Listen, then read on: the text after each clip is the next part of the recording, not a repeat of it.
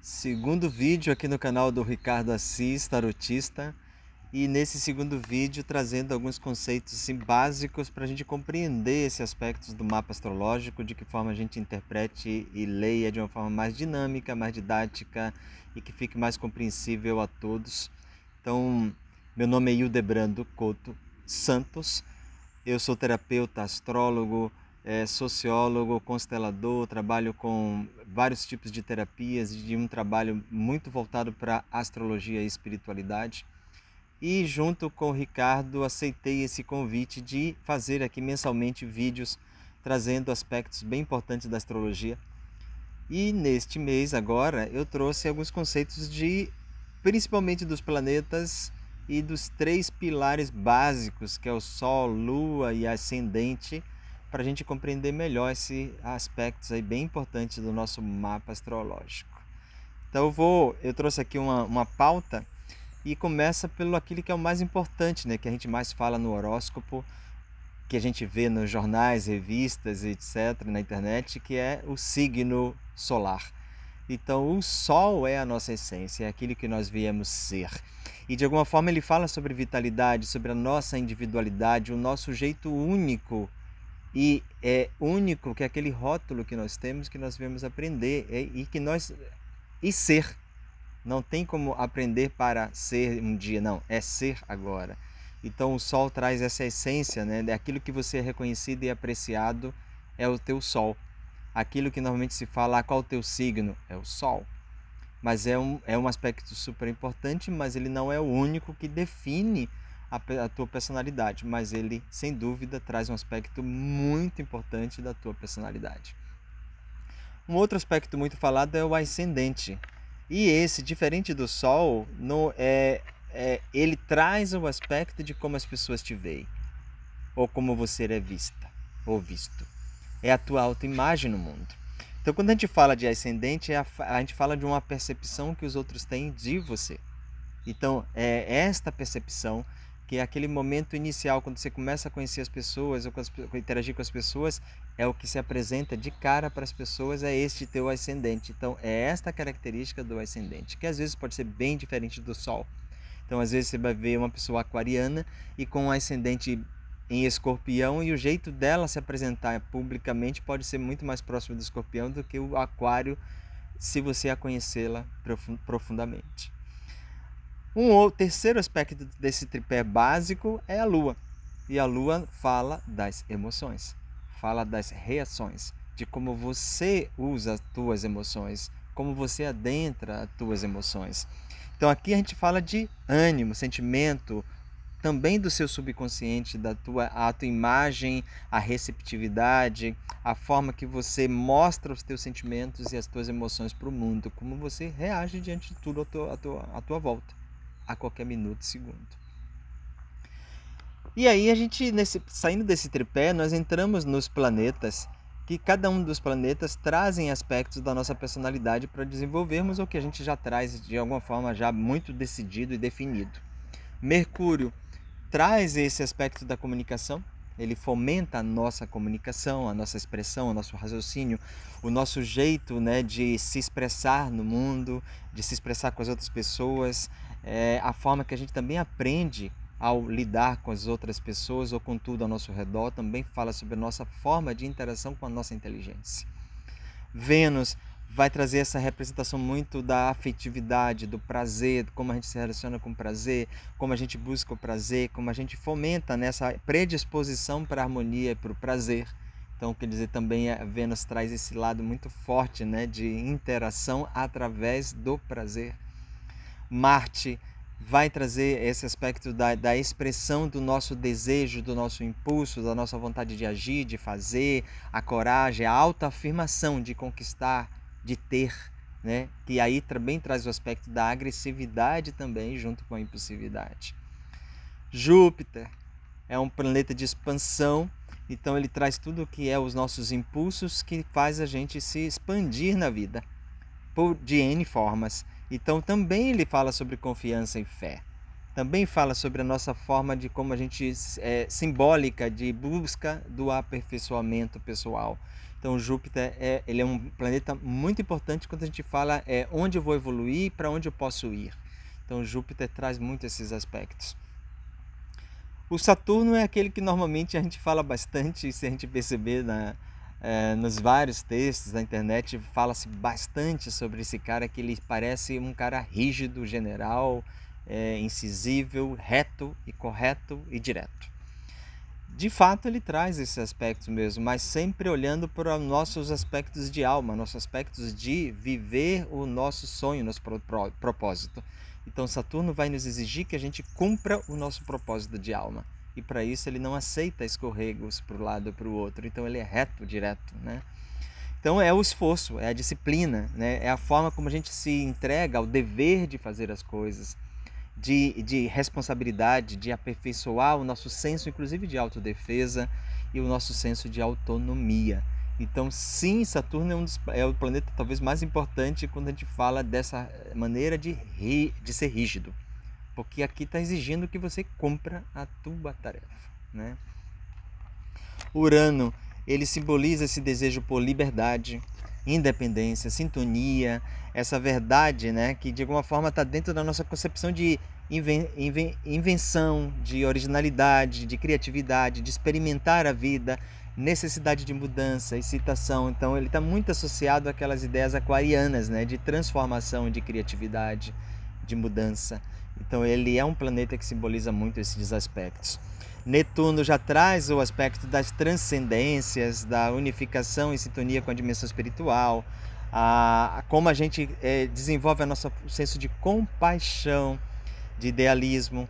É uma forma que a gente encontra de elaborar uma energia dentro de nós para fugir um pouco das limitações que o mundo material nos impõe. E isso é o Netuno, né? Que é essa forma de colocar energia fora dos limites materiais. Plutão também muito falado, e se a gente perceber, ele é muito falado, às vezes falado de forma negativa, mas na real, se a gente perceber bem, ele traz um aspecto da transformação mais profunda que a gente passa na vida. Então sim, ele traz muito proximidade com esses aspectos de compreender e aceitar as transformações na nossa vida, seja as mudanças de ciclos, a morte, seja as perdas, as crises, as inconstâncias em todas as áreas da vida. Então sim, ele vai trazer esse senso de, às vezes, a gente precisa autodestruir determinadas coisas para ir para um novo caminho. E claro que isso cria um senso de moral negativa sobre este planeta. Mas na real é aí que acontecem os impulsos de renascimento de ciclos, ou inícios de ciclos, mudanças de mortes de ciclos, enfim, é a renovação necessária que a gente precisa na vida. E tem dois aspectos que na minha visão são muito importantes dentro da leitura do mapa astrológico, que normalmente às vezes não se fala em algumas leituras e algumas interpretações de mapas astrológicos que a gente vê por aí, que é o nó do norte, que é um nó do lunar, e o nó do sul, também conhecidos como cabeça do dragão, né? E cauda do dragão, nó do sul. O nó do norte fala o que nós viemos aprender, é aquilo para onde devemos ir. É onde aponta, onde todo o nosso desenvolvimento, o nosso esforço nessa vida e tudo que nós buscamos é para onde nós temos como objetivo chegar. Então o nó do norte aponta como se fosse uma missão espiritual, uma missão de alma. É a tua missão que você veio aqui e veio aprender e veio desenvolver para se aproximar ao máximo daquele objetivo. Então o nó do norte é esse caminho de desenvolvimento da nossa alma. A gente vem para essa matéria e a gente começa a caminhar, trilhar vários caminhos, etapas, e vai se desenvolvendo para chegar nesta realidade que é o nó do norte. Então são aprendizados, né, que a gente vai fazendo ao longo da vida. E o nó do sul é aquilo que nós trazemos, que já está registrado no nosso inconsciente, na nossa alma, de algo que a gente já sabe, algo que a gente já desenvolveu, são habilidades, capacidades, formas de agir, formas de ser, que nós de alguma forma já sabemos bem. Então vem dentro do nosso registro interno, seja lá como você possa entender isso, mas está lá, e que nos coloca como facilidade para lidar com aquelas energias, com aquelas habilidades. Então a gente já sabe fazer aquilo. Claro que também traz o desafio de que, por saber, às vezes a gente quer ficar repetindo sempre aquilo que a gente já sabe, dentro de um aspecto conservador. E aí, em vez de se transformar em algo que ilumine os aspectos que você tem que desenvolver, pode ser um bloqueador. Algo que se coloca como uma sombra que você precisa se desvencilhar sem abrir mão. Porque se é uma habilidade inata, se é uma capacidade inata, você pode viver aquilo tranquilamente, mas não precisa colocar um bloqueio de viver somente aquilo e esquecer para onde você tem que ir. Então, estes aspectos são aspectos bem relevantes, básicos dentro do mapa astrológico. Né? O tripé inicial, né? do Sol, Ascendente e Lua, e demais planetas pessoais e planetas geracionais, e o nó do Norte e o nó do Sul.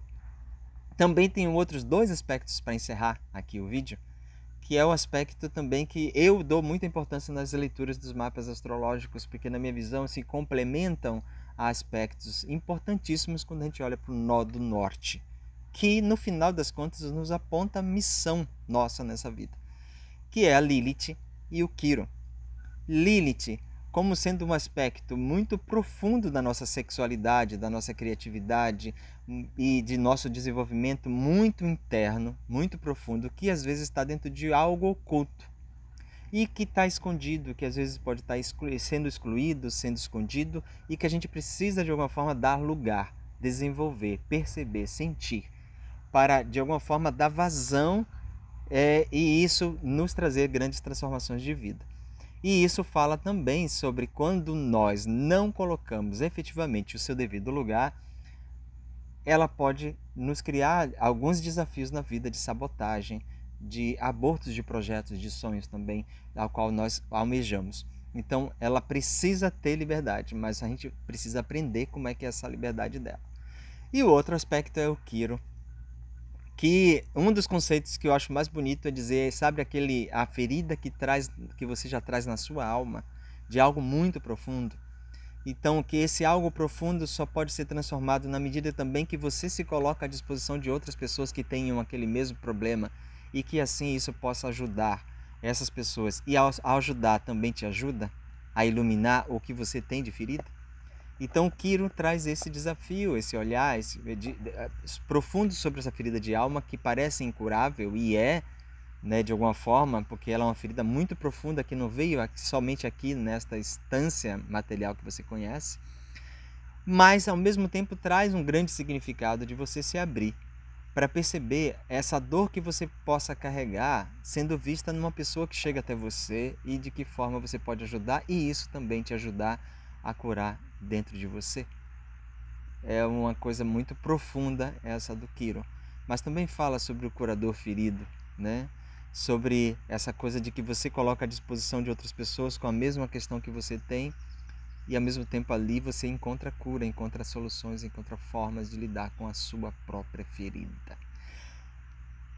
Meus caros e minhas caras, então nesse vídeo eu trouxe algo bem diferente, mais solto, mais tranquilo, sem previsões, sem nada disso, mas que traz esses conceitos. É o que eu vou abordar também nos próximos vídeos aí, quando eu for trazer algumas previsões e falando de algumas questões ligadas aos planetas, ligadas aos nodos lunares, ligado a Quirón, ligado a Lilith, ao Sol, ascendente e assim por diante. Então, aí esses elementos quando eu citar, então tá aqui nesse vídeo os conceitos básicos.